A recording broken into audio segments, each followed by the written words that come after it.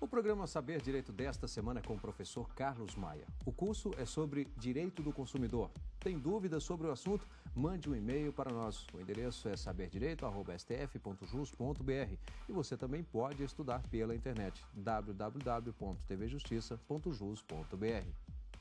Caros alunos, estimadas alunas, meu nome é professor Carlos Eduardo de Andrade Maia, mais conhecido como professor Maia. Sou professor de Direito do Consumidor e de Direito Civil em diversas instituições por todo o país, autor de obras jurídicas direcionadas à academia e a concursos públicos, e hoje me encarrego de elucidar a vocês algumas questões sobre o direito do consumidor. Hoje o nosso tema será Direito do Consumidor na Prática, curso em que nós abordaremos diversos aspectos das relações de consumos, a fim de que você, nosso caro aluno, consiga estudar e alcançar os seus objetivos acadêmicos. Pois bem, para começar, na nossa inicial aula, nossa pioneira aula, trataremos do tema relação de consumo. Hoje, no nosso curso Direito de Consumidor na Prática, daremos start à nossa exposição com o tema relação de consumo. Professor Maia, por que relação de consumo foi o tema escolhido pelo senhor para dar start a essa exposição? Por uma razão muito simples. Ao contrário do que muitos pensam, esse é o eixo de qualquer tipo de análise que se deva fazer a respeito do Código de Defesa do Consumidor. Não dá para a gente avançar no estudo do direito do consumidor sem que façamos de forma prévia uma análise de quando o Código de Defesa do Consumidor incidirá. É indispensável, portanto, que nós saibamos quando a lei protetiva da relação de consumo incide e abraça o consumidor, protegendo-o, dando todo o suporte de que ele necessita como parte mais frágil nessa situação jurídica. Pois bem, professor Maia, quando é que se forma uma relação de consumo? A chave da relação de consumo está encabeçada nos artigos 2º e 3º do Código de Defesa do Consumidor, os quais trazem alguns conceitos para nós, sobre os quais nós agora discorreremos. Então é indispensável, em primeiro lugar, que nós saibamos quando é que essa relação de consumo se aperfeiçoará, quando é que ela se formará e quando é que, portanto, o consumidor será agasalhado por todo esse sistema normativo de proteção. Não podemos deixar de consignar, em primeiro lugar, que consumidor nada mais é do que uma pessoa física ou jurídica que adquire ou utiliza um produto ou um serviço como destinatário final. Esse é o conceito que emerge do artigo 2º do Código de Defesa do Consumidor. Pessoa física ou jurídica que adquire um produto ou um serviço ou ainda utiliza um produto ou um serviço na condição de destinatário final. É indispensável, portanto, que esses 4 fatores estejam reunidos. Professor, a que 4 fatores o senhor se refere? Estou direcionando a minha atenção agora aos elementos constituidores de uma relação de consumo. Quais são esses elementos que instituem ou que constituem uma relação de consumo? São chamados elementos objetivos e os elementos subjetivos. Elemento objetivo, objetivamente falando, é aquele elemento atrelado, vinculado ao objeto da relação de consumo. E o elemento subjetivo é o elemento vinculado aos sujeitos que formam a relação de consumo. Quem são? Vamos começar de uma forma mais fácil. As pessoas que podem figurar numa relação de consumo. Os elementos subjetivos, portanto, são o sujeito que adquire o produto ou serviço, que utiliza o produto ou serviço, intitulado consumidor, e o sujeito que fornece o produto ou serviço, que é utilizado ou adquirido pelo consumidor e que recebe a denominação de fornecedor. Então vamos lá.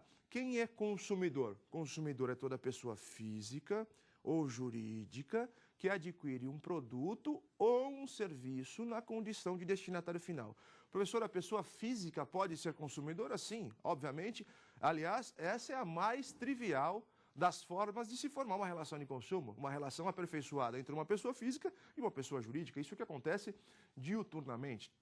Os problemas começam eventualmente a aparecer na cabecinha acadêmica de vocês quando a gente se depara com uma relação de consumo formada com pessoas que rigorosamente ou que, em regra, não aparecem na relação de consumo e que aí causam um certo espanto quando a gente aborda esse tema. Então vamos lá.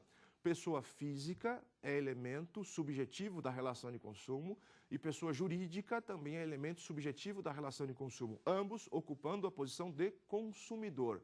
E quem é o consumidor, professor? Consumidor é a pessoa física ou jurídica que adquire ou utiliza um produto ou um serviço como destinatário fim. Professor, quem é o destinatário fim? Como eu identifico uma pessoa que ocupa a posição de destinatário final? Destinatário final é aquela pessoa que adquire ou utiliza o produto ou o serviço para si própria. Ela não adquire esse produto ou esse serviço e repassa e o retransmite à cadeia de consumo, à cadeia produtiva. Essa pessoa literalmente ocupa o posto de destinatário fim, ou seja, aquela pessoa em que aquele produto ou serviço se esgotará ou se esvairá. Esse é o ponto central. Esse é, evidentemente, ainda em linhas gerais, o princípio básico de definição de um destinatário final. Adquire um produto ou serviço na condição de pessoa que encerra a cadeia de produção daquele produto ou daquele serviço. Quando ela encerra, ela é destinatária final. Professor, e quem é o outro, ou quem constitui, ou quem ocupa o outro polo subjetivo da relação de consumo? O outro polo subjetivo da relação de consumo é formado pelo fornecedor. E quem é o fornecedor, professor? É toda pessoa física ou jurídica, pública ou privada, nacional ou estrangeira, bem como os entes despersonalizados que fornecem o produto ou o serviço adquirido pelo consumidor. Física ou jurídica, pública ou privada, nacional ou estrangeira e os entes despersonalizados que fornecem o produto ou o serviço adquirido pelo consumidor. Não precisa anotar, eu vou repetir isso insistentes vezes e logo falo isso com mais vagar para que você tome nota de tudo isso. Por hora, preste atenção aqui nas minhas explicações para que você consiga avançar de uma forma coordenada nos seus estudos. Pois bem, quem é o fornecedor então, professor? O fornecedor pode ser a pessoa física. Professor, a pessoa física pode figurar como fornecedor? É possível que uma pessoa física ocupe o posto de fornecedor? A resposta é positiva. E já a gente vai ver quem são as pessoas físicas e em que contexto elas assumem a posição de fornecedora. Porque isso acontece de uma forma diuturna e vocês não conseguem visualizar. Pessoa jurídica como fornecedora é a coisa mais simples de se entender. Aliás, quando você compra uma bala numa adoçaria qualquer, quando você compra um refrigerante na hora do almoço, quando você compra um produto eletrônico qualquer numa loja de eletrodomésticos, nessas circunstâncias, indubitavelmente, você é consumidor, pessoa física adquirindo de uma pessoa jurídica aquilo que lhe interessa. Pública ou privada? As pessoas jurídicas de direito público também estão submissas às normas de consumo. Também devem obedecer à relação de consumo. Também devem obrigatoriamente aplicar em suas relações as normas de proteção que emergem do Código de Defesa do Consumidor, e não há como se esquivar disso. O sistema de proteção ao consumidor é uma norma ampla, que atinge a toda a coletividade. Por quê? Porque a lei foi criada justamente com o foco de equilibrar as relações que pioneiramente, que indistintamente nascem desequilibradas. E é por isso que já vou mencionar um detalhe importante a respeito do consumidor como parte vulnerável nessa relação. Pois bem, física ou jurídica, pública ou privada, nacional ou estrangeira, não importa se estabelecida no Brasil ou fora do nosso limite territorial, a empresa que negocia com um brasileiro, que ocupa a posição de consumidor, é sim submissa às nossas regras, e bem como os chamados entes despersonalizados. Professor Maia, quem são os entes despersonalizados? Um exemplo claro de ente despersonalizado, aquele que carece de personalidade jurídica própria, é a massa falida, com a qual nós podemos sim fazer ou firmar uma relação de consumo sem absolutamente nenhum problema. Basta que saibamos quando isso acontece, basta que saibamos quando isso ocorrerá, e aí a gente consegue identificar os problemas que eventualmente possam surgir dessa relação. Então, pessoa física ou jurídica como consumidor, pessoa física ou jurídica, pública ou privada, nacional ou estrangeira, ocupando a posição de fornecedor, assim como os chamados entes despersonalizados. Estes são os elementos subjetivos de uma relação de consumo e já analisaremos a fundo cada um deles. Professor Maia, quais são os elementos objetivos de uma relação de consumo? Do que a relação de consumo tratará? Quais são os objetos que integram a relação de consumo? Vejamos o que esses elementos significam. Os elementos objetivos da relação de consumo nada mais são do que o produto ou o serviço que o consumidor adquirirá. Elementos objetivos de uma relação de consumo são o produto ou o serviço que o consumidor adquirirá ou utilizará. Professor, qual é o conceito de produto? O que eu preciso saber a respeito de produto? Entendam no olhar ou sob o olhar do Código de Defesa do Consumidor que produto é qualquer coisa passível de aquisição, seja tangível, ou seja, material, palpável ou não, seja, portanto, bem material ou imaterial. O que eu quero dizer com isso é o seguinte, professor, é possível adquirir, formando-se, aperfeiçoando-se uma relação de consumo, um bem imaterial? Querem ver um exemplo simples? Energia elétrica, bem imaterial, evidentemente dotado de valor, em que você consegue ou que você visualiza uma aquisição, uma relação de consumo aperfeiçoada, via de regra, com uma concessionária de serviço público, e em que há, inquestionavelmente, a aquisição de um produto imaterial, que é a energia elétrica. Sem absolutamente nenhum problema, isso pode acontecer. Professor, e o serviço? Serviço é toda e qualquer atividade, entendam o serviço como atividade, tentem generalizar esse tema para que fique mais fácil. Qualquer atividade prestada ou colocada no mercado de consumo. Você, nossa aluna, que se desloca a um salão de cabeleireiro para fazer algum tipo de tratamento capilar, que vai fazer as unhas, que vai fazer uma depilação num centro estético, você, nosso amigo, que vai fazer um alinhamento, um balanceamento no seu veículo, tudo e qualquer serviço prestado no mercado pode ser intitulado como relação de consumo, ou qual pode configurar a relação de consumo.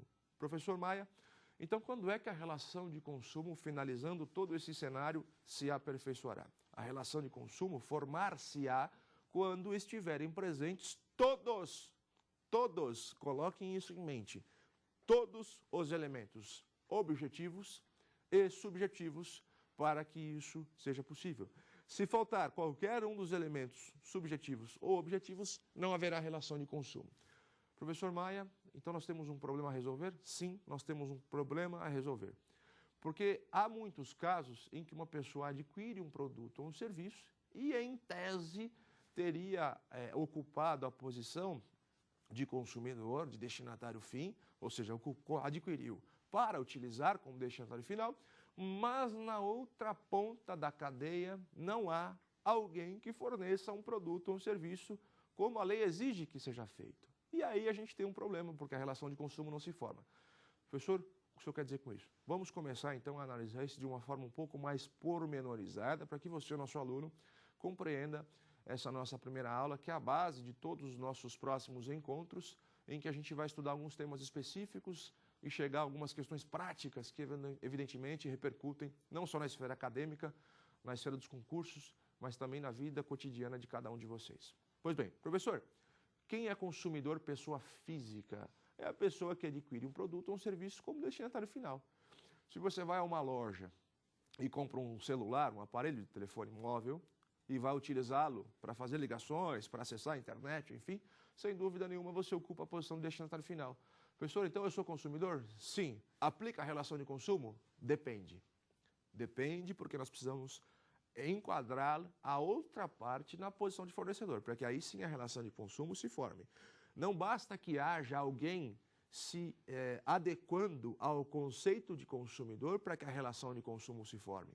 Não basta isso. É necessário que haja alguém na outra extremidade assumindo a posição de fornecedor, de fornecer, de colocar em circulação um produto ou um serviço de modo